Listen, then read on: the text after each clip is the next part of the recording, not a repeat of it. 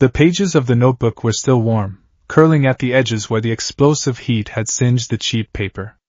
Hero analysis for the future number 13. Izuku Midoriya stared down at the koi pond, watching the colorful fish nibble at the scorched, waterlogged cardboard. The faint scent of sulfur and burnt pulp drifted up to his nose, a lingering ghost of Katsuki Bakugo's quirk. Izuku reached into the murky water, his fingertips brushing the slimy algae on the stone rim, and pulled his ruined life's work from the fishes in different mouths. The water dripped from the pages, landing on the pavement with a hollow, rhythmic pat-pat-pat.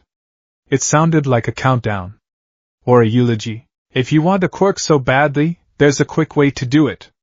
Take a swan dive off the roof and pray for a quirk in your next life. Bakugo's words rang in his ears, louder than the distant hum of Muzutafu's afternoon traffic. Izuku squeezed his eyes shut, trying to block out the cruel laughter of his classmates that had accompanied the suggestion. He had stood there, frozen, his hands trembling with a rage he was too terrified to express, while his childhood friend, his tormentor, walked away with a smug, victorious grin. He shouldn't say things like that, Izuku thought, his chest tight, his breathing shallow. What if I had actually done it? He'd be legally responsible for my death. He'd be a villain. A murderer. Doesn't he realize that? But Katsuki Bakugo didn't have to worry about consequences. Bakugo had a quirk. A powerful, flashy, heroic quirk, and in this superhuman society, where 80% of the population was blessed with some extraordinary ability, genetics were the only true measure of a person's worth. Izuku opened his eyes and looked at his reflection in a dark puddle near his worn red sneakers.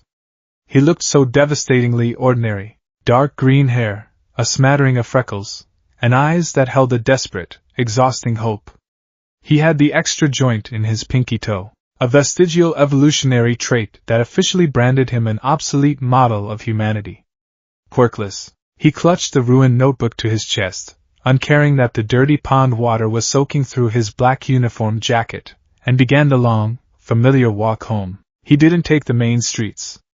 The main streets were loud, crowded with people showing off their minor mutations, horns, scales, glowing eyes. Today, he couldn't bear to look at them. He chose the shadowed, winding route that passed beneath the city's elevated rail lines.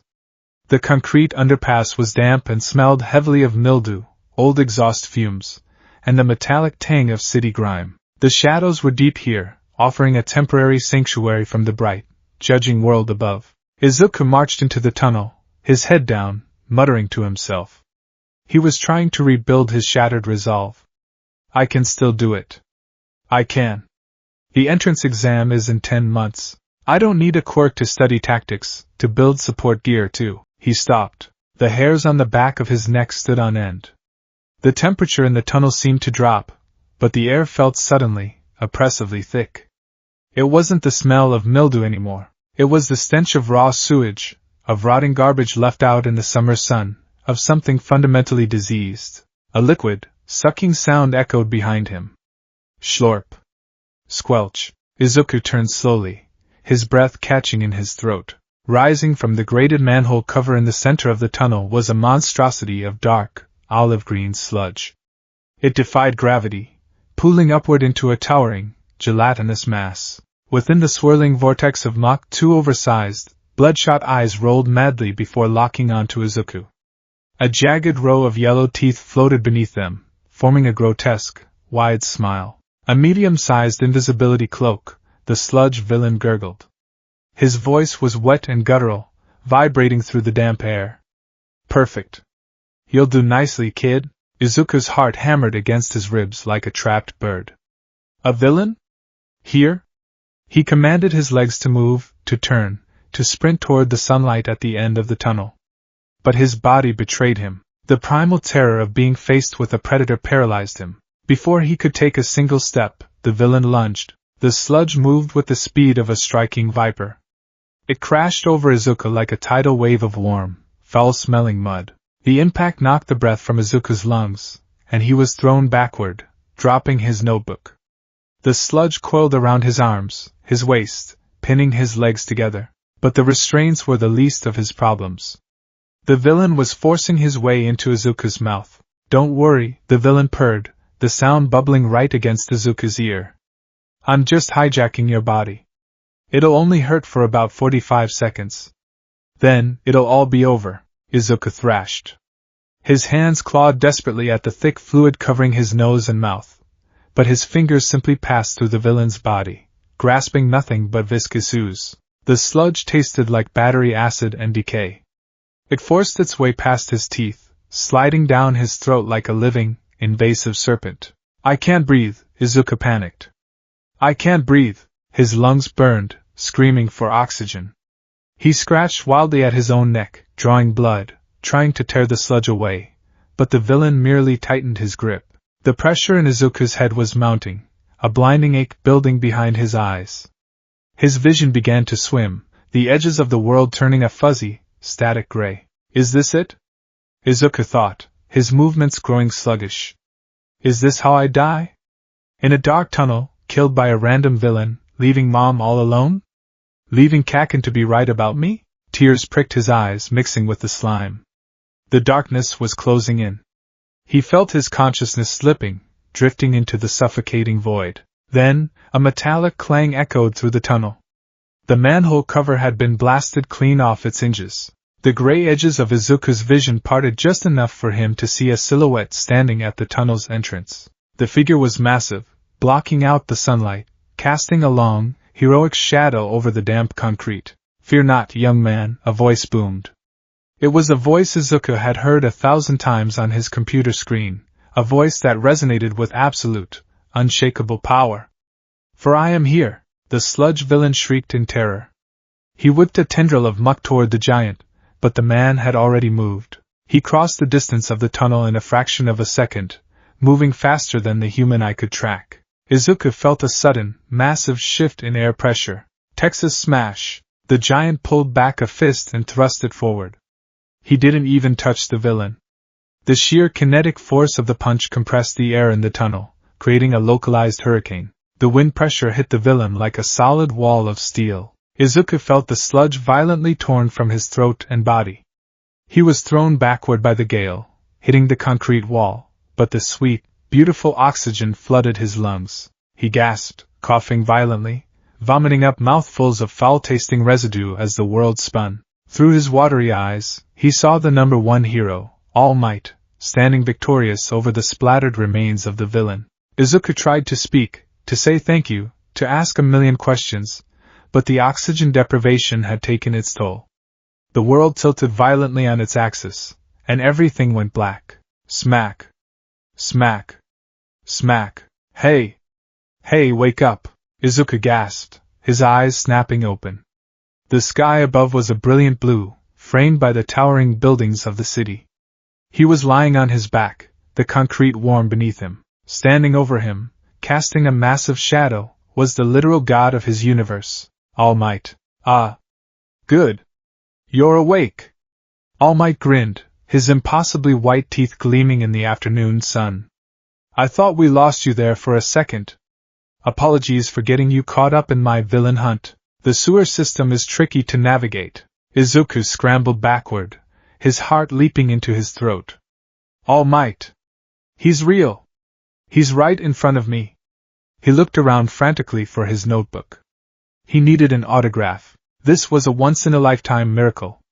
He spotted the scorched notebook lying nearby and grabbed it, opening to a blank page, only to find that a massive, sprawling signature taking up 2 full pages was already there. He already signed it. Izuku bowed so fast his forehead nearly struck the concrete. Thank you? Thank you so much. It will be a family heirloom. I'll treasure it forever. Ha! Well, I must be off, All Might said, giving a thumbs up. He patted the pockets of his baggy cargo pants. 2 large, plastic soda bottles were strapped to his belt, containing the captured, swirling mass of the sludge villain. I need to get this fellow to the authorities. All Might crouched, the muscles in his tree-trunk legs bulging against his trousers. He was preparing to jump. Wait, Izuku thought, panic seizing him. He's leaving? Already? But I haven't asked him. I have to ask him. Wait. Izuku reached out. A pro is always battling time and enemies, young man. All Might announced, ignoring the plea. he sprang into the air. The force of the jump shattered the concrete where All Might had stood. The shockwave knocked the wind out of Izuku, but he didn't stay on the ground. In a moment of pure, reckless desperation, Izuku had lunged forward. His hands locked in a death grip around All Might's muscular leg just as the hero launched. The ascent was terrifying. The G-force pressed against Izuku's entire body, trying to rip him away. The wind roared in his ears like a jet engine, pulling his skin back, forcing his eyes to water. Below him, the city of Muzurifa shrank instantly into a miniature model, the cars looking like ants, the buildings like scattered blocks. Hey, hey, hey! All Might shouted, looking down in shock. What do you think you're doing? Let go! Your fanaticism is too much. If I let go now, I'll die. Izuku screamed, the wind snatching the words from his mouth. Right. Just close your eyes and hold on. All Might reached down, intending to grab the boy by the collar and pull him up safely. But as he shifted his weight mid-air, a sharp pain lanced through his side. It was the old wound, the ruined respiratory system and half-destroyed stomach acting up at the worst possible moment. All Might coughed, a spray of blood escaping his lips, and his focus broke. The trajectory of the jump faltered. They weren't aiming for the safe, flat rooftops of the commercial district anymore. They were losing altitude fast, veering drastically off course toward the industrial sector on the outskirts of the city, a maze of smokestacks, chemical plants, and abandoned warehouses. All Might cursed under his breath. He tried to adjust, twisting his body to take the brunt of the landing and protect the boy clinging to his leg. But the aerodynamic shift caused something else to happen. The two plastic bottles clipped to All Might's belt snagged on the thick fabric of Izuku's school jacket. The cheap plastic clips snapped. Izuku didn't notice the bottles falling away into the urban sprawl below. He was too busy screaming as the rusted corrugated roof of a massive, unmarked industrial warehouse rushed up to meet them. They crashed through the skylight with the force of a meteor. Glass shattered into a million glittering diamonds. The rusted metal of the roof groaned and tore. All Might wrapped a massive arm around Izuku, shielding the boy as they plummeted into the cavernous darkness of the warehouse. They hit the ground hard, throwing up a massive cloud of dust and debris. The impact left a crater in the concrete floor, sending shockwaves through the facility. Izuku rolled away, coughing violently as the dust settled. His head was ringing, his left arm aching fiercely from the impact, but miraculously he was alive. No broken bones. Just bruised and battered. He looked up, expecting to see All Might standing tall, ready to apologize for the rough landing. Instead, he saw the number one hero on one knee, clutching his side. Steam was rising from All Might's body, his massive muscles twitching. All Might? Izuku whispered, crawling to his feet. The hero didn't answer. He was staring horrified at his own belt. The clips were broken. The bottles were gone. No. All Might gasped, his voice tight with panic. When did they? Before Izuku could comprehend what was happening, a horrific sound echoed from the far side of the warehouse. A sound of tearing metal and bubbling, viscous fluid. They hadn't just crashed into any warehouse. Izuku looked around, his eyes adjusting to the dim light filtering through the shattered skylight. The facility was immense, but it wasn't empty. It was an illegal processing plant. Row upon row of massive glass vats lined the walls, filled with a glowing, neon-purple liquid. Trigger, or something similar, illegal quirk-enhancing drugs. Surrounding the vats were towering silos of raw, refined silica and industrial sand, likely used as a binding agent or cover for the chemical smuggling operation. And in the center of the room, standing amidst the shattered remains of one of the massive drug vats, was the sludge villain. The bottles had fallen ahead of them, crashing through the roof and directly into one of the chemical tanks. The villain had been freed, and worse, he had absorbed the contents of the vat. He was no longer a medium-sized mass of sludge. He was enormous. A towering, 40-foot wave of toxic, bubbling ooze. The dark green sludge had taken on a sickening, radioactive purple hue. The villain's eyes were bloodshot, dilated, spinning wildly with the euphoric, maddening high of the quirk-enhancing drugs. Power! The villain roared, his voice shaking the foundation of the building. The sludge whipped wildly, smashing through the concrete pillars holding up the roof. I can feel it. I am unstoppable. All Might forced himself to his feet, wiping a trail of blood from his mouth. His time limit was up. The steam rolling off his body was a warning sign that his muscular form was about to collapse. But he couldn't let this monster escape into the city. He couldn't let this boy die. Get back, young man! All Might commanded, though his voice lacked its usual booming resonance. It sounded strained. Desperate. Izuku couldn't move. He was trapped. Behind him was a towering silo of industrial sand. In front of him was the battle of the century, rapidly devolving into a nightmare. The sludge villain lashed out with a massive tendril of drug-infused sludge. It struck All Might squarely in the chest. The hero braced himself, digging his heels into the concrete, but the sheer, enhanced mass of the villain pushed him backward, carving trenches into the floor. You're weaker than you look, All Might. The villain cackled, a manic, hysterical sound. The purple sludge began to bubble violently, emitting a foul, combustible gas. Let's see how you handle this. The villain wasn't just physical mass anymore. The drugs were causing his chemical makeup to destabilize. He was becoming volatile. Explosive. All Might saw the danger. The gas filling the room. The glowing vats of chemicals. The dust in the air. If the villain detonated here, the explosion wouldn't just take out the warehouse. It would level the entire industrial district. There was only one option. He had to blow the villain apart, and disperse the gas before it could ignite. Consequences be damned. All Might drew back his right fist. Every ounce of his remaining strength, every last ember of One for All, channeled into his arm. The muscles bulged, tearing the sleeves of his white shirt. Detroit. All Might roared, leaping directly into the towering wave of volatile sludge. Izuku watched in awe and terror. He's going to end it in one hit. Smash! The fist connected with the center of the villain's mass. The wind pressure generated was apocalyptic. It tore through the villain, scattering the sludge into a million pieces.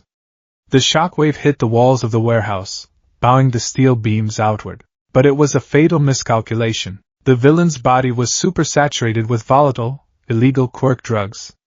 When the immense, crushing friction of the Detroit smash hit the unstable chemicals, it didn't just disperse them. It acted as a detonator. Izuku saw the spark first. A tiny, blinding flash of white light at the epicenter of the punch. Time seemed to dilate, slowing to an agonizing crawl. The white light expanded, devouring the purple sludge, turning it into a sphere of pure, incandescent plasma.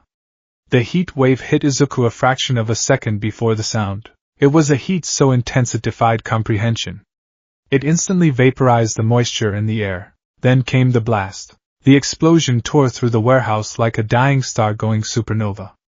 It shattered every vat of quirk drugs, vaporizing the chemicals into a superheated, mutagenic gas. It hit the towering silos of industrial silica, instantly melting millions of grains of sand into a molten, glass-like storm. Izuku didn't even have time to scream. The shockwave slammed him backward, pinning him against the massive steel silo of sand. The metal groaned and ruptured, burying him in tons of raw, coarse silica. But the sand offered no protection. The chemical fire washed over the silo, superheating the sand, fusing the drug-laden gas with the molten earth. Izuku felt the fire touch him. It was agony beyond words. He felt his skin blister and burn away in a millisecond. He felt the overwhelming heat invade his throat, his lungs, his stomach. He was drowning in an ocean of molten sand and glowing, radioactive chemicals. "Mom," was his last coherent thought. "I'm sorry." At a cellular level, Izuku Midoriya was subjected to an impossible crucible. The experimental quirk drugs, designed to aggressively rewrite human DNA and force rapid, violent mutations, were forced into his dying cells. But there was no organic material left to mutate. His flesh, his blood, his bones, they were being incinerated, replaced in the exact same microsecond by the superheated silica surrounding him. The drugs, seeking a host, bridged the gap between organic life and inorganic matter. They bonded the fading spark of Izuku's consciousness, his very soul, to the molten sand consuming him. He felt his body break apart. Not metaphorically. He felt himself shatter into a billion individual, burning pieces. He felt his humanity turn to ash. And then, there was nothing. only darkness. And silence. Tashinori Yagi knelt in the rain, surrounded by a devastation that mirrored his own soul. The warehouse was gone. In its place was a smoking, glass-lined crater 300 yards across. The torrential rain hissed as it struck the cooling, fused earth, sending thick plumes of white steam into the night sky. The air smelled of ozone, burned plastic, and the sickeningly sweet scent of vaporized chemicals. Tashinori was in his true form. Skeletal, emaciated, coughing up dark ribbons of blood onto the charred ground. His clothes hung off him in scorched tatters. He had survived the blast, purely because he had been at the epicenter, surrounded by the villain's mass which had absorbed the worst of his own punch. The villain was dead. Vaporized entirely. Not even a puddle of sludge remained. But that wasn't why Tashinori was weeping. He stared at a specific spot in the crater. A pile of melted, fused glass and coarse brown sand. It was the exact spot where the green-haired boy had been standing. "I'm sorry," Tashinori sobbed, his bony hands digging into the mud, heedless of the jagged glass slicing his palms. "I'm so sorry. I failed you. I failed." The police sirens wailed in the distance, a haunting requiem approaching the disaster site. Pro-heroes were arriving, their searchlights cutting through the steam. They would find him soon. They would ask questions.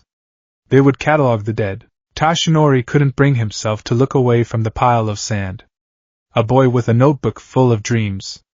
A boy who just wanted to know if he could be a hero. Vaporized. Because of All Might's carelessness. Because of a dropped bottle. "Forgive me," he whispered into the rain. When the authorities finally swarmed the crater, they found nothing but the number one hero, broken and bleeding, mourning over a patch of lifeless earth. They declared it a tragic casualty of a villain attack. They recorded Izuku Midoriya as deceased. Eventually, the heroes left. The police left. The yellow caution tape was strung up around the perimeter, and the crater was left to the cold, uncaring rain. Silence reclaimed the ruins. But beneath the surface of the earth, something was happening. It started as a pressure. A dull, throbbing ache that had no physical location. Consciousness returned to Izuku Midoriya not like waking from a dream, but like being dragged backward through a keyhole. Dark. It's so dark. He tried to open his eyes, but he had no eyelids. He tried to gasp for air, but he had no lungs. He tried to reach out, to feel the ground, but he had no hands. There was only a terrifying, agonizing awareness. He was scattered. He felt expansive, stretched over yards of ground. He could feel the cold rain hitting him, but he felt it in 10,000 places at once. He was the ground. He was the dirt. He was the coarse, granular dust soaking up the muddy water. Panic, pure and absolute, seized his mind. What is this? Where am I? Am I dead? Is this hell? He tried to scream, but the command to move vocal cords was met with a deafening void. There was no biology left to obey him. Move, his mind screamed. Move. I have to move. Get up. He focused all his willpower, all the sheer, stubborn determination that had kept him going through a decade of bullying and heartbreak, into a single command, contract. Deep within the muddy crater, a single grain of sand twitched. It was a Herculean effort. It felt as though he was trying to bench press a mountain with a paralyzed arm. But the grain moved. It rolled over, brushing against the second grain. And then, Izuku felt a connection. A magnetic, gravitational pull between the two particles. More, he thought, his non-existent heart pounding with an ethereal rhythm. Pull it together. Pull it all together. Slowly, agonizingly, the earth began to shift. If anyone had been standing in the crater, they would have witnessed a horror movie unfolding in the moonlight. The wet sand and dirt began to drag itself across the ground, forming tendrils of mud that crawled toward a central point. The glass shattered, the jagged shards pushed aside as the coarse silica underneath began to pile upward. Izuku was building himself. He didn't know how he was doing it. He just knew what a body was supposed to feel like. He remembered the length of his arms, the shape of his torso, the weight of his legs. He used his memory as a blueprint, forcing the inorganic matter to obey his psychological mold. A mound of wet sand rose from the puddle. It shifted and writhed, resembling a colony of ants swarming over a corpse. Legs, Izuku commanded. The sand packed itself densely, compressing until it was hard as stone, forming two pillars. He felt the weight of gravity pressing down on them. He felt the texture of the mud beneath his feet, torso, arms. The sand spiraled upward, a miniature cyclone of dirt and grit. It formed a chest, shoulders, arms that ended in featureless clubs. He tried to force fingers into existence. The sand split, crumbing away into dirt, before he focused harder, compressing the grains until 5 distinct, rigid digits formed on each hand, head, face. This was the hardest part. The sensory organs. He forced the sand to hollow out a space for a mouth, to form the ridges of a nose. When he commanded eyes, he felt a strange, chemical reaction occur within the sand. The residual, mutated quark drugs bonded with the silica, forming two smooth, glass-like orbs that glowed with a faint, eerie emerald light. Vision returned. It was terrifyingly sharp. He could see the individual raindrops falling in slow motion. He could see the microscopic fractures in the shattered glass around him. He saw the world without the filter of human biology. Izuku staggered, taking a step forward. His foot landed heavily in a puddle. He looked down. The reflection staring back at him was not a boy. It was a golem, a figure made entirely of shifting, coarse brown sand. The chest rose and fell, mimicking the breath Izuku was desperately trying to take, but no air entered or left. The face was a rough, featureless approximation of a human, save for the glowing green eyes that wide with unadulterated terror. As he watched, a chunk of sand sloughed off his shoulder, splashing into the puddle, before the magnetic pull of his consciousness yanked the wet dirt back up his arm, reabsorbing it into his mass. He raised his hands. They didn't feel like hands. They felt like heavy, grinding stones. He rubbed his fingers together. The sound was a harsh, abrasive scrape, like sandpaper grinding against concrete. A voice came from the hollow cavity of his mouth. It didn't sound human. It sounded like wind howling through a desert canyon, raspy, echoing, and dry. And no. Izuku fell to his knees. The impact caused his kneecaps to shatter into dust, but a split second later, the sand swirled and rebuilt them, solidifying back into place. He remembered the explosion. He remembered the heat. He remembered the feeling of his flesh burning away to nothing. He wasn't in a dream. He wasn't dead. The chemical fire, the quark drugs, the millions of tons of industrial sand, they had fused. They had mutated him. They had taken away his humanity and left him as this. A monster, a shifting, unstable pile of sentient earth. Mom! Izuku rasped, the sound tearing from his granular throat. Tears, or at least the psychological desire to cry, welled up in him. But he had no tear ducts. Instead, the sand around his glowing green eyes began to liquefy into a muddy slurry, dripping down his cheeks like dirty tracks of sorrow. He wrapped his heavy, scratching arms around his torso, rocking back and forth in the cold rain. He had wanted a quirk. He had prayed for one every day since he was 4 years old. He had begged the universe to give him power, to let him stand on equal footing with Kaken, to let him be a hero who could save people with a smile. The universe had answered his prayers in the most cruel, twisted way imaginable. He had power now. He could feel it humming in every grain of sand that made up his body. A terrifying, boundless potential. He could shift. He could grow. He could absorb the very earth beneath him, but he could never smile again. He had no lips. He could never feel the warmth of his mother's hug again. He had no nerves. Izuku Midoriya, the quirkless boy, had died in the fire. In the center of the dark, ruined crater, the Sandman wept alone in the rain, trying desperately to hold himself together. The sterile white ceiling of the hospital room was the first thing Izuku Midoriya registered. But registered was a strange word for it. He didn't see it through the aqueous humor of a human eye, nor did the fluorescent lights cause him to blink. He perceived the room with a stark, terrifying clarity, his vision tinted by the faint, ethereal green glow that now served as his irises. He lay on a specialized medical bed. Or rather, he rested upon it. Scratch. Snag. Grind. Every minor shift of his body against the high thread count hospital sheets produced the sound of sandpaper dragging across silk. He looked down at his arm. It was a heavy, dense accumulation of coarse brown sand and microscopic shards of silica. He tried to flex his fingers. The digits moved, but not smoothly. They ground together, small cascades of loose dirt falling from his knuckles to rest on the pristine white blankets. He was in a quarantine cell.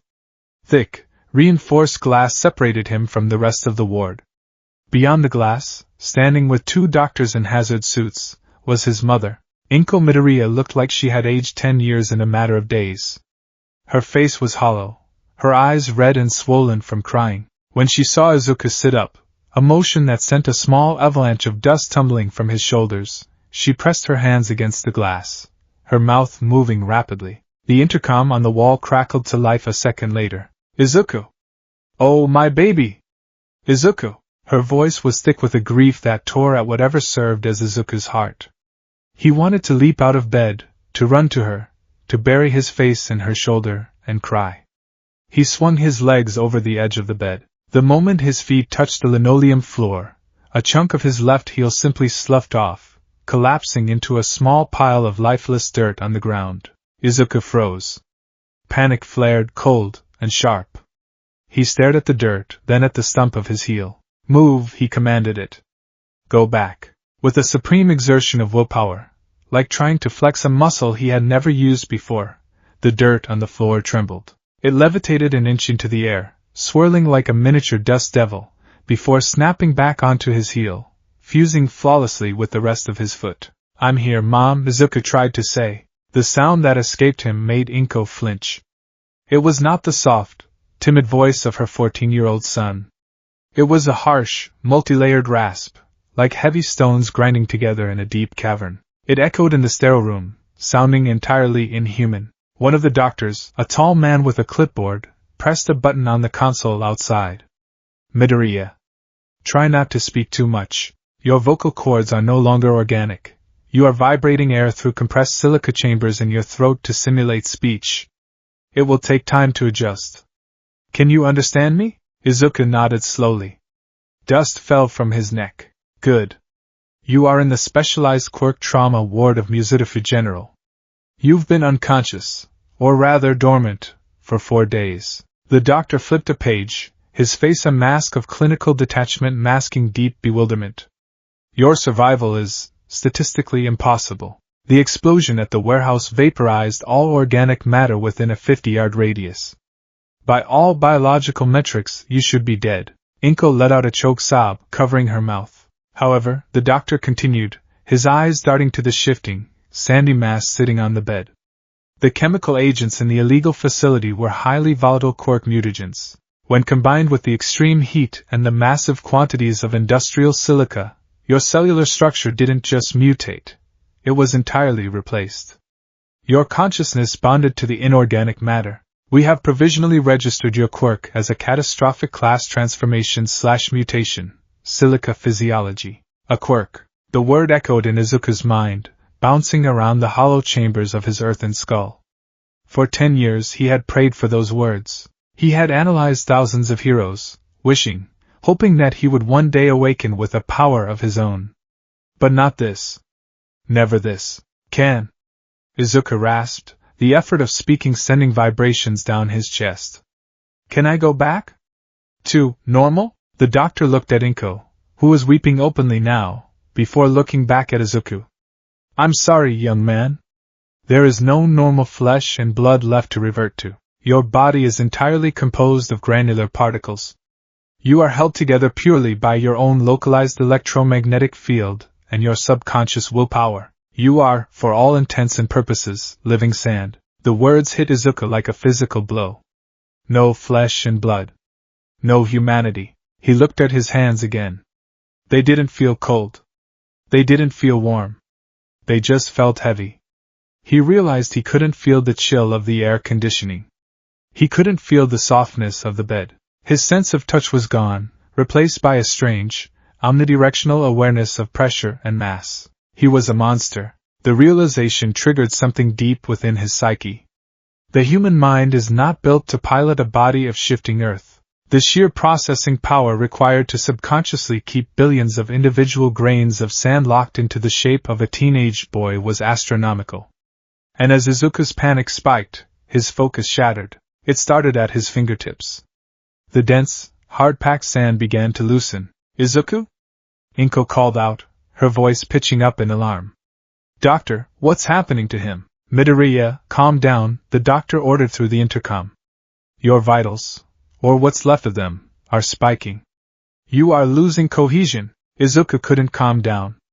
The terror was all-consuming. His fingers dissolved, falling to the floor like water slipping through a sieve. The dissolution raced up his arms. He watched in abject horror as his forearms crumbled into dust. His chest began to cave in, the granular structure failing. "No! Stop!" his mind screamed. But the harder he panicked, the faster he fell apart. His legs gave out, reverting to loose soil. Izuku collapsed onto the linoleum, but he didn't hit the floor as a solid object. He splashed against it like a wave of mud. His vision fractured, splitting into 1,000 different perspectives as his eyes disintegrated into the mass. He was no longer a boy. He was a localized dust storm, swirling violently inside the quarantine room. The wind whipped up, generated by the frantic kinetic energy of his panic. Sand lashed against the reinforced glass, scoring it with microscopic scratches. The hospital bed sheets were shredded by the abrasive cyclone. The medical monitors were ripped from the walls, sparking and shorting out as the fine dust infiltrated their circuitry. Outside the glass, Inko was screaming, pounding on the barrier. "Help him! Please! My baby! Initiate atmospheric dampeners!" The doctor yelled, falling back as the glass rattled violently. Inside the storm, Izuku was lost in a sensory nightmare. He was everywhere at once. He was slamming against the glass, tearing through the mattress, swirling in the air vents.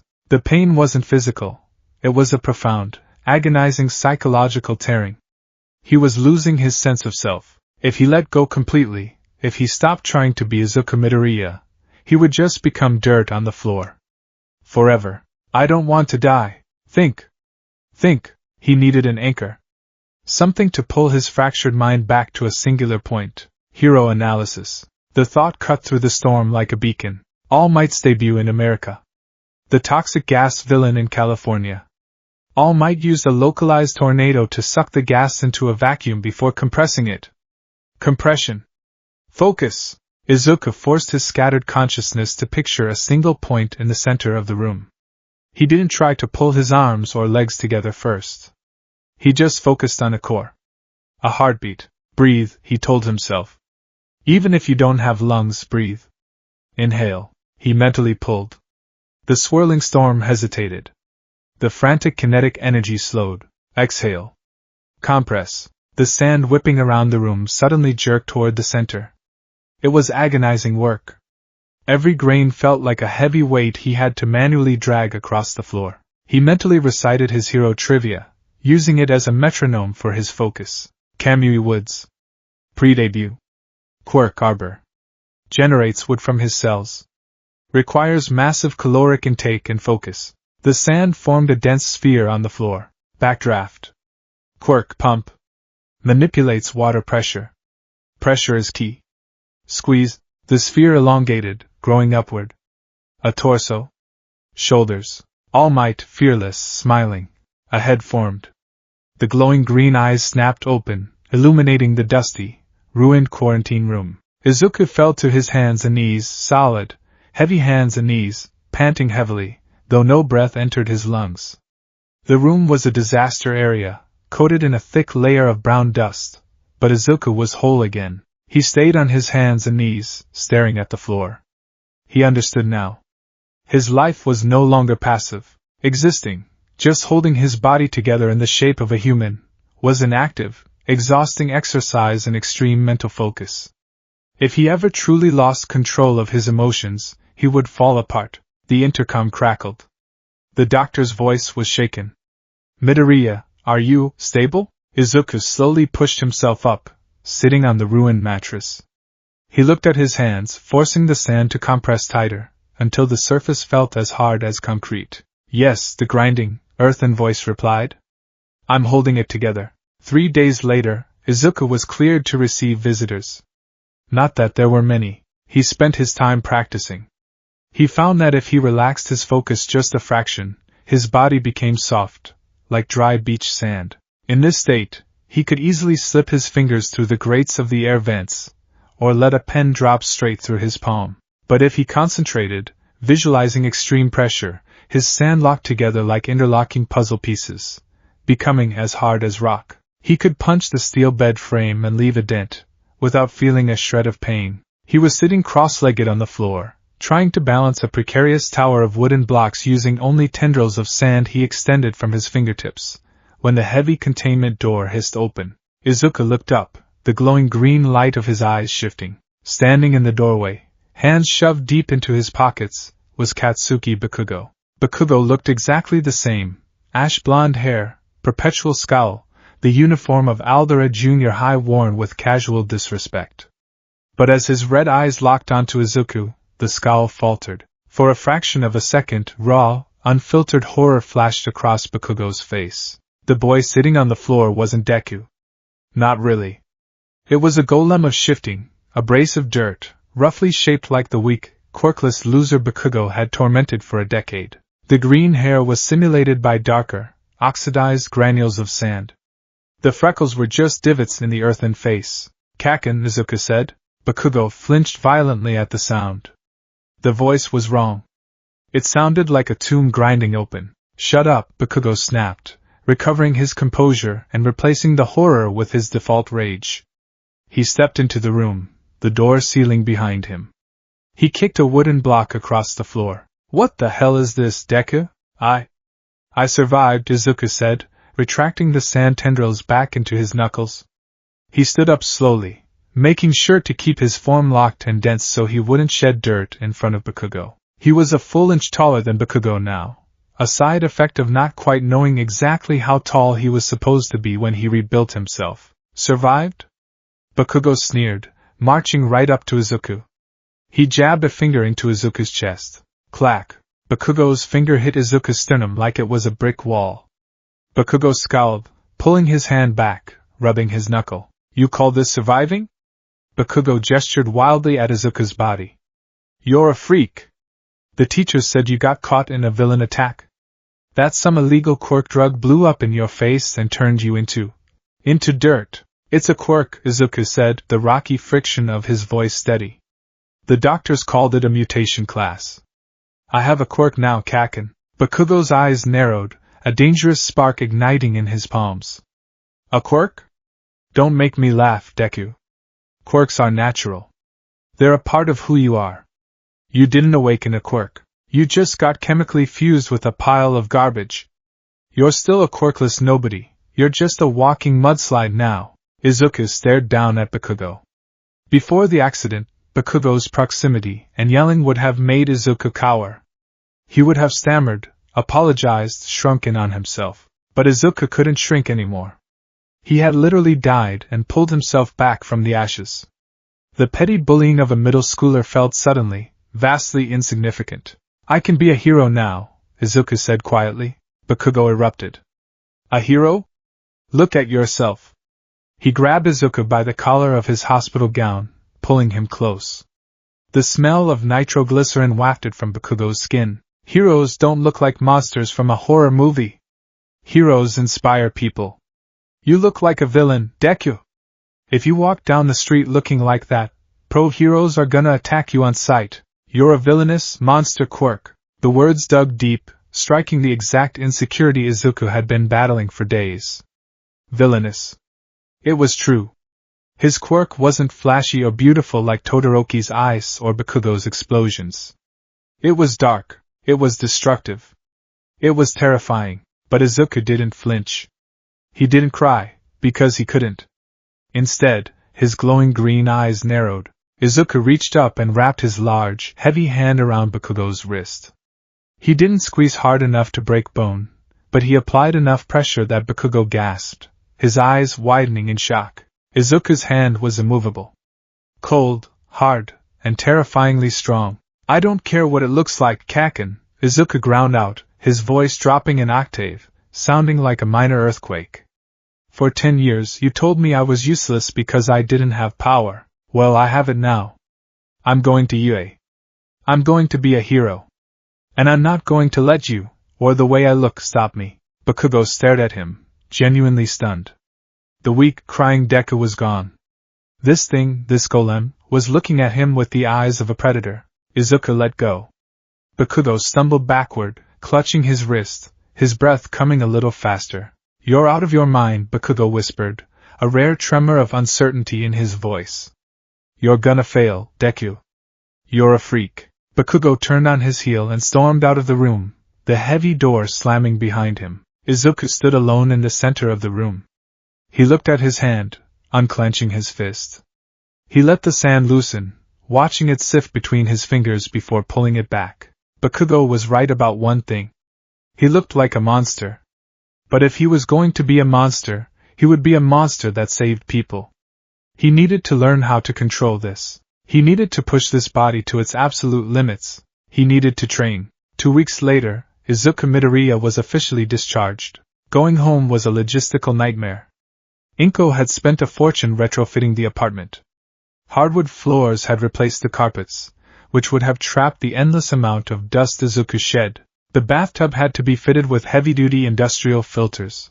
Izuku couldn't take normal showers, as the running water caused his sand to turn into heavy, unmanageable mud that threatened to wash him down the drain. Instead, he bathed by running himself through a sifting process, shedding his outer layer of sand and replacing it with clean, store-bought silica Inko kept in heavy bags in the hallway. He didn't eat. He didn't sleep in the traditional sense. He merely entered a state of low-frequency meditation to rest his mind while maintaining his form. It was an isolating, lonely existence. Inko tried her best, but she couldn't hug him. She couldn't cook his favorite katsudon for him. They sat at the dinner table together, Inko eating quietly while Izuku sat perfectly still, reading a book, trying not to shed on the tablecloth. He couldn't stay cooped up. He had 10 months until the UA entrance exam. Before dawn on a brisk Tuesday morning, Izuku left the apartment. He wore his dark middle school uniform, heavily modified. The sleeves were rolled up, and he wore no shoes. Shoes were a hindrance. He needed direct contact with the ground to feel stable. He walked through the quiet streets of Muzurufu. A few early commuters passed him, giving him wide, fearful berths. A woman pulled her child closer as he walked by. A police officer on patrol slowed his cruiser, watching Izuku with intense suspicion until he turned the corner. Villainous, Bakugo's voice echoed.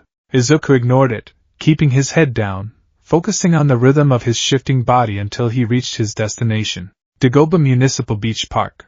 It was a dumping ground. Mountains of rusted refrigerators, old tires, shattered televisions, and rotting furniture piled high, obscuring the ocean. It was a monument to the city's laziness, but Izuku didn't care about the trash.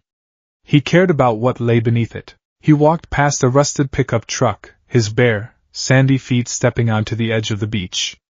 He looked out at the vast expanse of coastline. Millions of tons of sand, stretching for miles. He needed to know his limits. Izuku took a deep breath, a phantom habit, and relaxed his focus.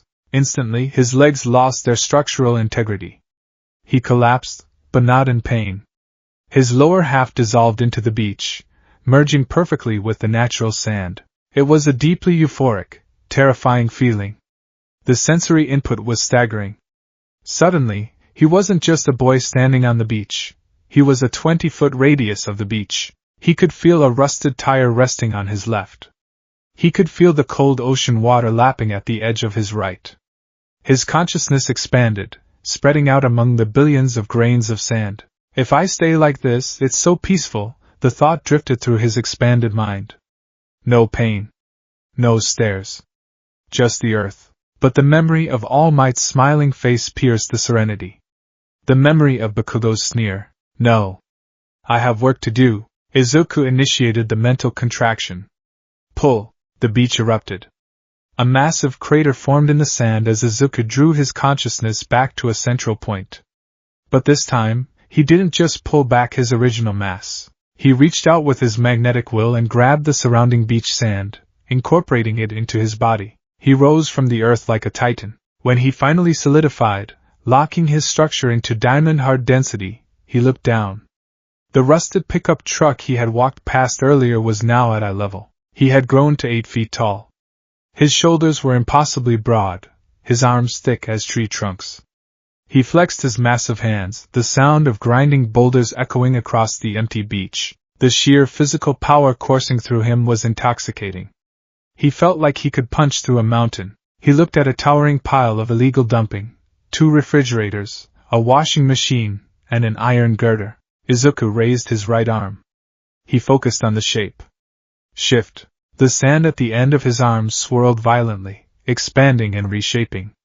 His hand disappeared, replaced by a massive, spiked wrecking ball made of compressed, rock-hard silica. He swung. The sand mace struck the pile of trash with the force of a freight train. The impact was deafening. The refrigerators crumpled like tin cans, the washing machine shattered into 100 pieces, and the iron girder bent backward with a violent shriek of stressed metal. The entire pile was blasted 20 feet into the air, scattering across the beach. Izuku stood in the aftermath, dust swirling around his glowing green eyes. He shifted his arm back into a hand, staring at his palm. He lacked the wind pressure and the elegant, biological perfection of All Might's quirk. But this raw, shape-shifting, indestructible force? It was enough. 10 months, Izuku rasped to the empty beach, his voice rumbling like an incoming storm. He didn't need to clear the beach by lifting the trash. He was going to turn the beach into his training ground. He was going to learn how to move like a sandstorm, how to strike like an avalanche, and how to become a shield that could never be broken. He was Deku. And he was going to be the greatest hero the world had ever seen. With a roar that shook the rusted metal around him, Izuku dissolved into a massive, swirling cyclone of sand, tearing across the beach to begin his work. The digital alarm clock on the nightstand clicked over to 5 a.m., emitting a shrill, piercing beep. Izuku Midoriya didn't wake up, because he hadn't been asleep. He had spent the last 8 hours sitting cross-legged in the center of his barren, hardwood-floored bedroom, perfectly still, locked in a state of deep, meditative concentration. At the sound of the alarm, he opened his eyes. The room was instantly bathed in the faint, ethereal emerald glow of his irises. He moved his right arm to turn off the alarm. He misjudged his own density. His heavy, rock-hard finger tapped the plastic snooze button, and the entire clock shattered into a dozen pieces, circuitry and springs spilling onto the floor. Izuku stared at the broken clock, a heavy, grinding sigh escaping his hollow throat. Control, he reminded himself.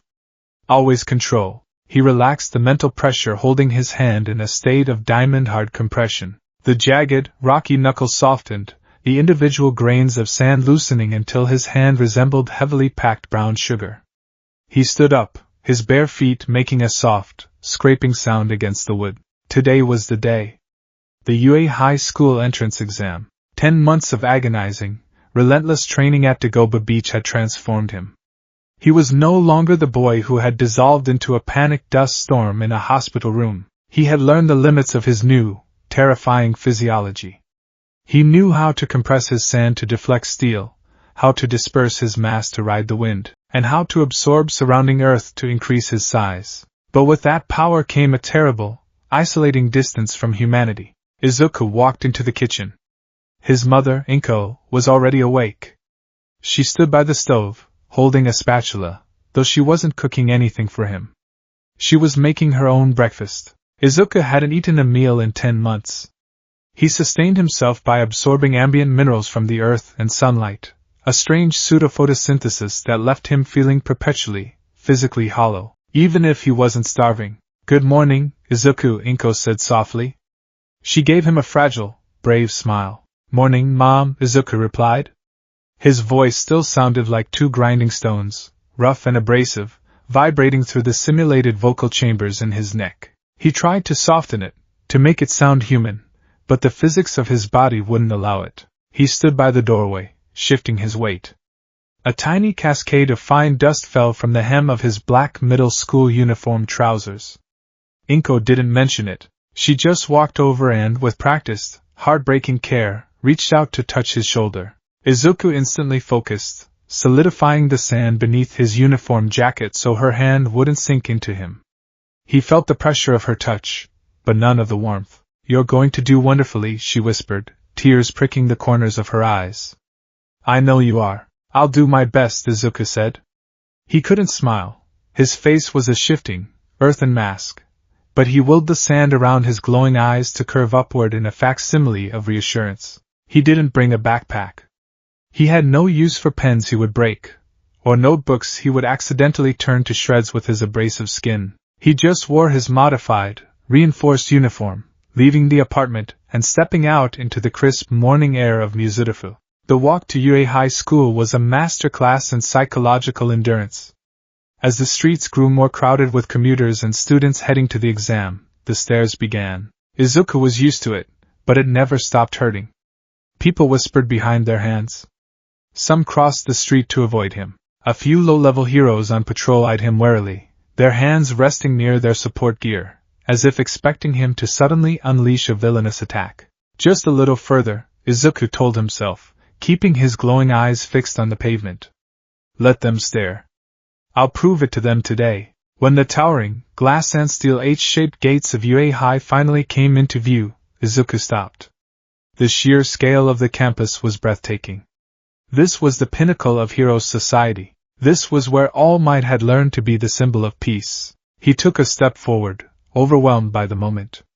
But in his distraction, he lost focus on his internal compression. The sand in his right foot suddenly lost cohesion, turning into loose powder right as he shifted his weight. Izuku pitched forward, his foot collapsing out from under him. He braced himself for the impact, expecting to splash across the pavement into a messy pile of dirt that he would have to embarrassingly reconstruct in front of hundreds of applicants. But the impact never came. Instead, he stopped inches from the concrete, hovering in midair. Are you okay? A bright, cheerful voice asked. Izuku twisted his torso, an action that sounded like a shovel scraping across a driveway, and looked back. A girl with a brown bob and permanent blush on her cheeks was standing there, her hand hovering just over his shoulder. I stopped you with my quirk, she said with a bright smile. I'm sorry I didn't ask first, but I figured it'd be bad luck to fall right before the exam. Izuku stared at her. Not just because she was talking to him without a hint of fear, but because of what her quirk was doing to his body. The sudden loss of gravity was severely messing with his internal physics. Without the downward pull of gravity to help pack his sand together, he felt incredibly loose, like he was about to float apart into a cloud of dust. He scrambled to concentrate, mentally clamping down on his granular structure to keep from dissolving. Thank you, Izuku rasped, his voice startling her slightly. She blinked at the deep, grinding timbre of it. Could you put me down? I'm having a little trouble holding together. Oh. Right. Release. She pressed her fingertips together. Gravity slammed back into Izuku.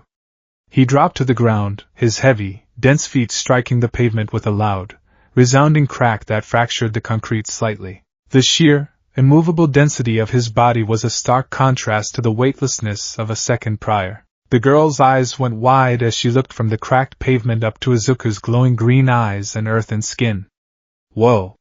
You're really heavy, aren't you? I'm made of compressed silica and earth, Izuku said, trying to bow politely without shedding on her shoes.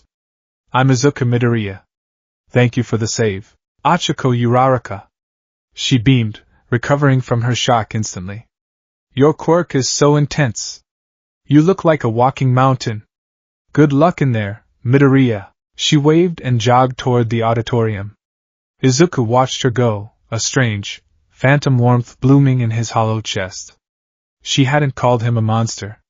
She hadn't looked at him with terror. She just thought his quirk was intense. Out of my way, dirtbag. The warmth vanished, replaced by the familiar scent of burnt sugar and nitroglycerin. Katsuki Bakugo shoved past him, glaring daggers at Izuku's earthen face. Kaken, Izuku acknowledged, his voice an unreadable rumble. Don't think just because you got a freak show quirk you're suddenly better than me, Deku, Bakugo snarled, not stopping his stride. I'm still gonna crush you. Izuku didn't respond. He just solidified his form, squaring his broad shoulders, and walked into the building. The written portion of the exam was a nightmare, but not for the reasons most students struggled. Izuku knew the material perfectly. His 10 months hadn't just been physical. He had studied hero law, mathematics, and physics with the obsessiveness of someone whose life depended on it. The problem was the pencil. Sitting in the massive lecture hall, Izuku had to apply a microscopic level of control to his fingers. If he squeezed the pencil with even an ounce too much pressure, his rock-hard digits snapped the wood into splinters. If he relaxed his hand to avoid breaking it, his fingers lost cohesion, turning into loose sand that couldn't grip the plastic. By the end of the 2-hour test, Izuku was surrounded by a small halo of brown dust, and he had gone through 5 different pencils. He was mentally exhausted, his core throbbing with the effort of maintaining his shape and fine motor skills simultaneously. Next came the orientation. The lights in the auditorium dimmed, and the voice hero, Present Mike, stepped up to the podium, shouting into a microphone with enough volume to rattle the loose grains on Izuku's shoulders. Izuku sat in the middle of the room, listening intently as Present Mike explained the practical exam. A mock cityscape. 10 minutes. 3 types of villain robots worth 1, 2, and 3 points respectively. It was a simple search and destroy mission. Villain bots, Izuku thought, his mind racing. Metal chassis. Internal wiring. If they're using standard UE training models, the exhaust ports and cooling intakes will be vulnerable. His muttering habit hadn't died with his human body. But instead of quiet murmurs, Izuku's thoughts manifested as a low, continuous grinding sound, like a rock tumbler turning in the back of the room. It was an eerie, distracting noise. Suddenly, a tall, severe-looking boy with glasses and blue hair stood up, pointing rigidly at Present Mike. "Excuse me. On the printout, there are 4 types of villains. If this is a misprint, UA, the most prominent school in Japan, should be ashamed of this foolish mistake." The boy then whipped around, his finger pointing directly at Izuku in the stands. "And you, the student with the earthen mutation. You have been making a disruptive, grinding noise for the last 10 minutes. If you cannot control your quirk and sit quietly, you should leave. You are distracting the rest of us who are taking this seriously." The entire auditorium turned to look at Izuku. Hundreds of eyes locked onto the shifting, brown-skinned figure with glowing green eyes. Izuku felt a spike of panic, which immediately caused his left arm to lose cohesion. A heavy chunk of sand fell onto the desk with a loud thud, splashing dust into the air. He hastily sucked it back into his arm with a wave of magnetic will, trying to shrink into his seat. "I apologize," Izuku rasped loudly, his voice echoing in the cavernous room, making several students near him flinch. "I'm thinking. I will remain silent." To enforce this, Izuku simply stopped moving. He locked his entire body into a state of absolute, petrified compression. He became a literal statue of sand, unblinking, unbreathing, totally silent. "Right, well, moving on," Present Mike shouted, saving Izuku from further scrutiny. The hero explained the 4th robot, the zero-pointer, a massive obstacle meant to be avoided. As the presentation wrapped up, Izuku's mind locked onto the objective. The robots didn't matter. The points didn't matter. All that mattered was showing the judges that his power could be used for good. Battle Center B was a sprawling replica of a modern urban district. Towering skyscrapers, paved roads, and complex alleyways stretched out behind a massive steel gate. Izuku stood near the back of the crowd of applicants, rolling his shoulders. The grinding sound returned, loud and heavy. He was wearing his specialized issue tracksuit, stretching the fabric over his broad, dense frame. He looked at the other applicants. They were stretching, hyping themselves up, showing off flashy quirks, lasers, engine legs, hardening skin. "I don't fit in here," Izuku thought, a brief wave of melancholy washing over him. "I look like the final boss of a video game, not a hero." "Right, let's start." Present Mike's voice boomed from a speaker tower. "Get moving! There are no countdowns in real battles. Run, run, run!" The gates hadn't even fully opened before Izuku moved. He didn't run. Running was inefficient for his mass. Instead, he dropped his compression. His legs dissolved instantly into a swirling vortex of coarse sand. He propelled himself forward, riding a self-generated wave of shifting earth, gliding over the pavement at incredible speed. He shot past the rest of the stunned applicants, slipping through the crack in the opening gates like a localized desert storm. He hit the main street of the mock city, and immediately encountered his first target, a 3-pointer. A massive, tank-like robot with heavy treads and twin cannons for arms. Its optical sensor flashed red as it locked onto the swirling cloud of dust approaching it. Target acquired, the robot's robotic voice droned. It raised its cannons, firing a volley of rubber bullets. The bullets struck Izuku's sand wave, but there was no impact. The projectiles simply passed harmlessly through his dispersed form, sinking into the swirling dust without slowing him down. Izuku surged upward, launching his sandy mass directly at the robot's chest. He didn't form a fist. He didn't try to punch through the heavy armor plating. He knew his limits. His sand was hard, but blunt force against solid steel was a slow, inefficient way to destroy it. Instead, he looked for the cooling vents. Like a fluid, Izuku's dispersed body flowed over the robot's chassis, seeking the smallest openings. He found the intake vents on the side of the machine's neck. With a thought, Izuku compressed a portion of his consciousness and physical mass, forcing a thick stream of fine silica directly into the robot's ventilation system. He flooded the machine's internal circuitry with thousands of pounds of highly conductive, abrasive dust. Inside the robot, Izuku re-solidified his mass. He expanded violently. To the applicants running up behind him, the sight was terrifying. The massive three-pointer suddenly jerked to a halt. Its metal chassis bulged outward, screeching under immense internal pressure. The joints sparked violently.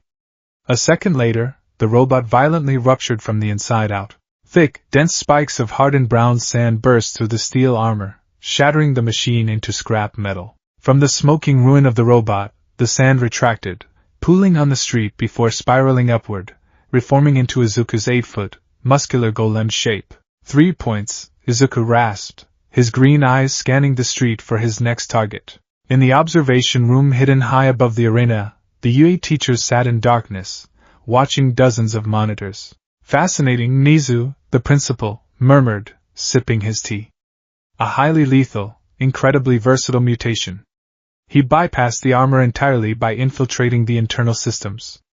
Very efficient. Sitting in the corner, wrapped in his capturing scarf, Shota Aizawa narrowed his tired eyes. Efficient against robots. But if he uses that tactic on a human villain, he'll tear them apart from the inside out. It's a gruesome, villainous application of power. He fights like a natural disaster. But look at his control eraser. The heroine Midnight countered, pointing at a different screen. On the monitor, Izuku was surrounded by 3 1-pointers and a 2-pointer.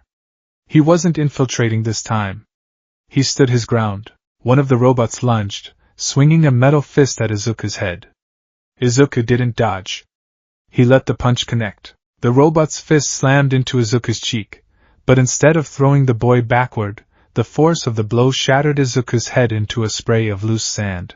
Before the robot could retract its arm, the airborne sand whipped around, instantly reforming into Izuku's head, entirely unharmed. Izuku countered.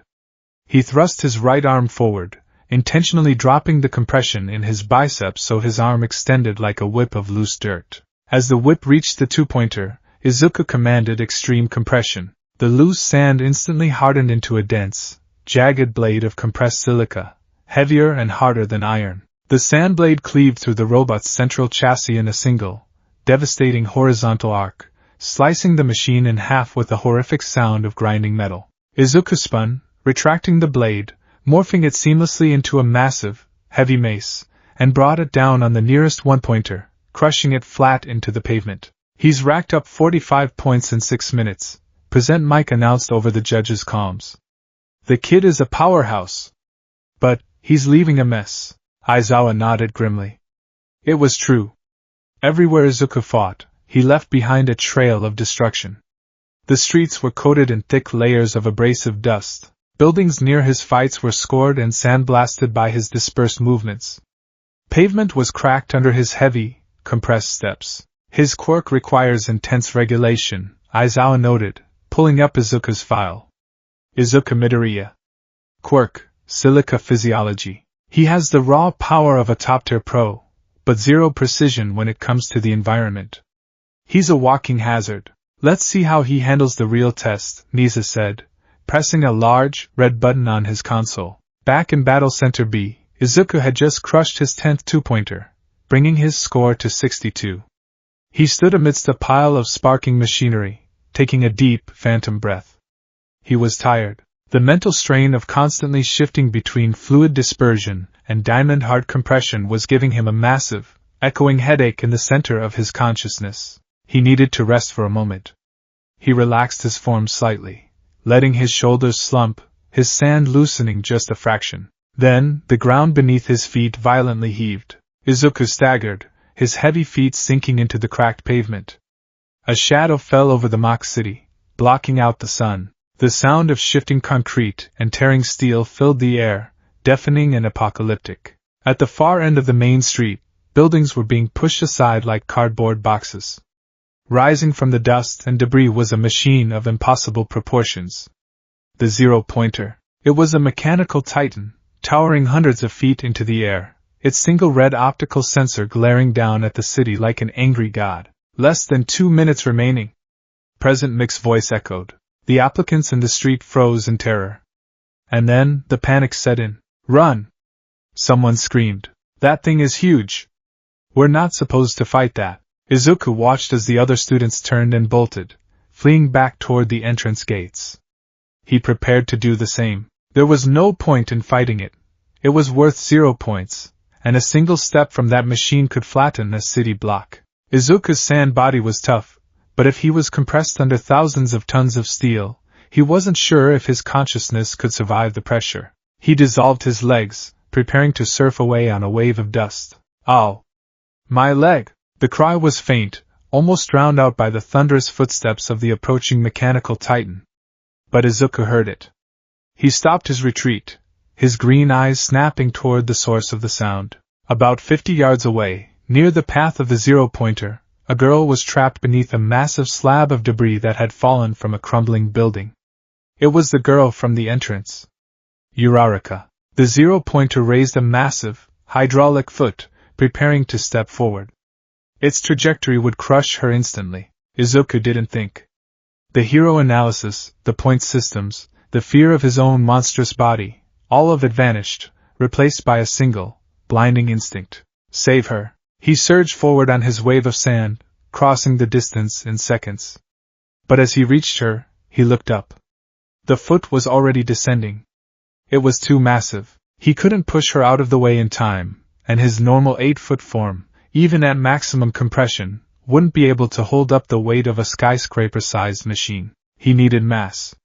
He needed absolute, overwhelming density. Izuku slammed his hands into the pavement.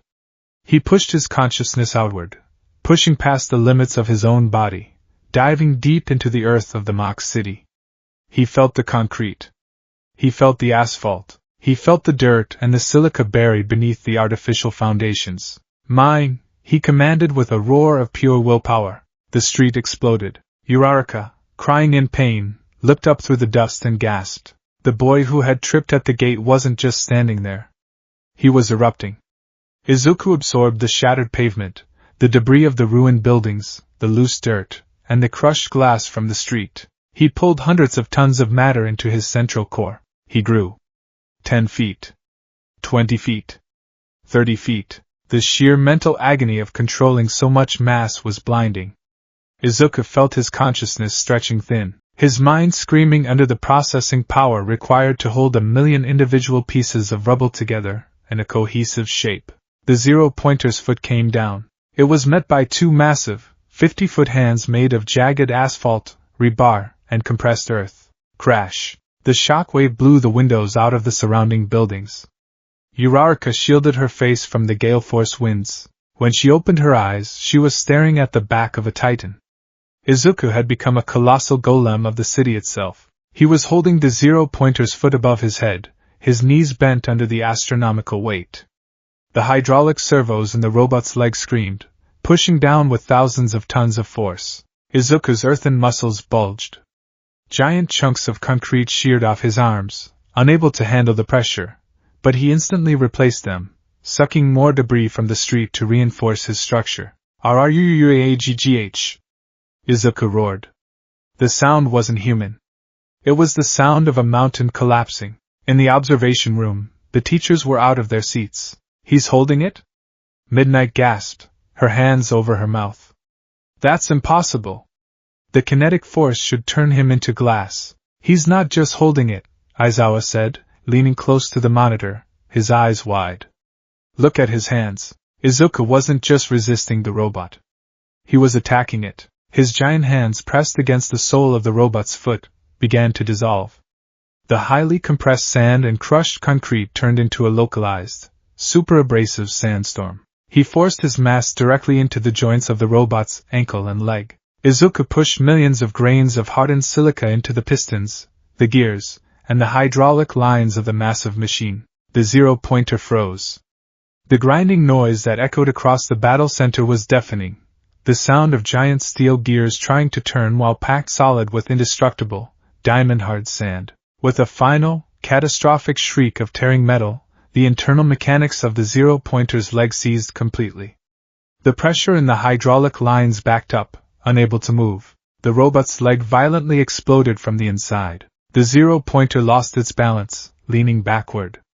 Its single red eye flickered and died as the catastrophic internal damage spread through its systems. Slowly, like a felled redwood, the massive titan toppled backward, crashing into the mock city with an earth-shattering boom that sent a mushroom cloud of dust hundreds of feet into the air. Silence descended on Battle Center B. The applicants, who had stopped running to watch the spectacle, were frozen in absolute awe and terror. Slowly, the dust cleared. The giant golem was gone.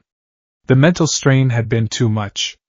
The moment the robot fell, Izuku had lost his grip on the absorbed mass. The concrete and debris had collapsed back into the street, leaving a massive pile of rubble. In the center of the rubble, kneeling on the ground, was Izuku's normal, 8-foot form. He was breathing heavily, his glowing green eyes flickering erratically. His body was shedding large amounts of sand, struggling to maintain its shape. His left arm was completely missing, having turned to loose dirt from the exhaustion. He slowly turned his head, looking down at Uraraka. He reached out with his remaining hand, gently resting it on the slab of debris pinning her leg. He focused his dwindling energy, turning his hand into a loose, soft cushion of sand to avoid hurting her, and effortlessly heaved the debris off her leg. Are you okay?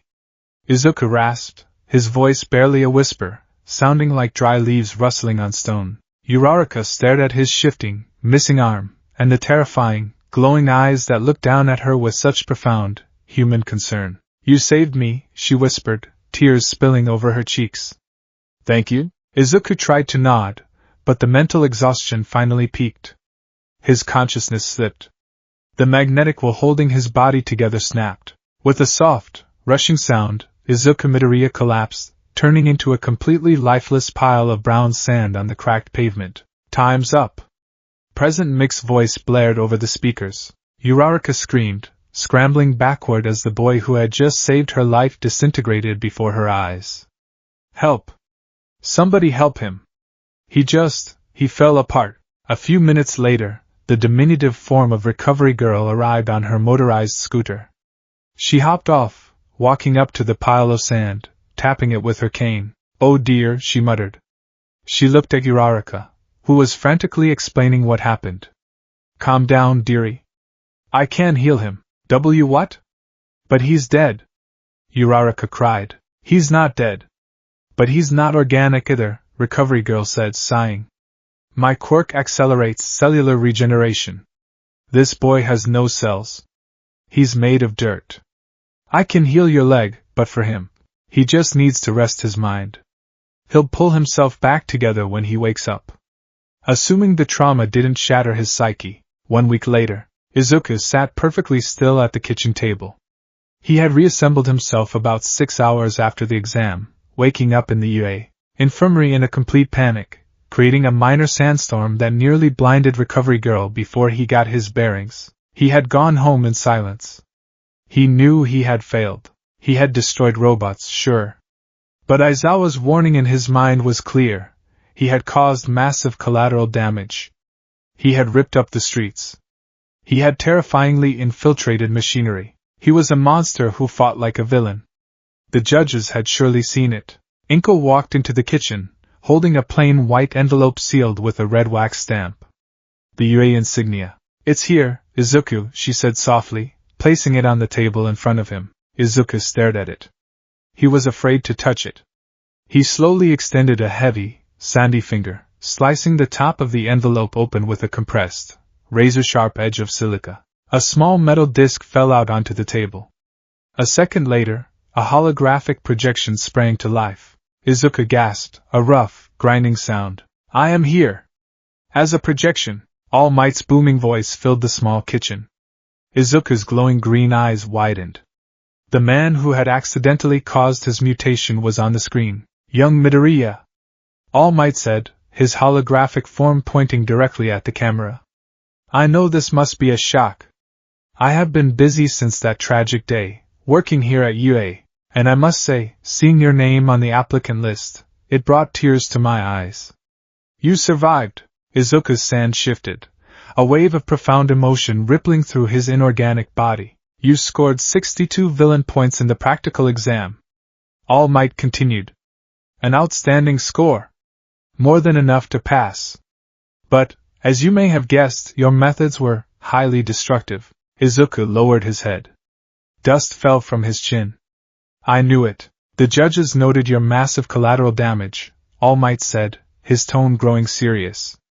"Your quirk is terrifying in its raw, unbridled state. Some argued that a hero who causes that much destruction is a liability." The hologram shifted, showing a clip of Izuku as a 50-foot golem, holding up the 0-pointer.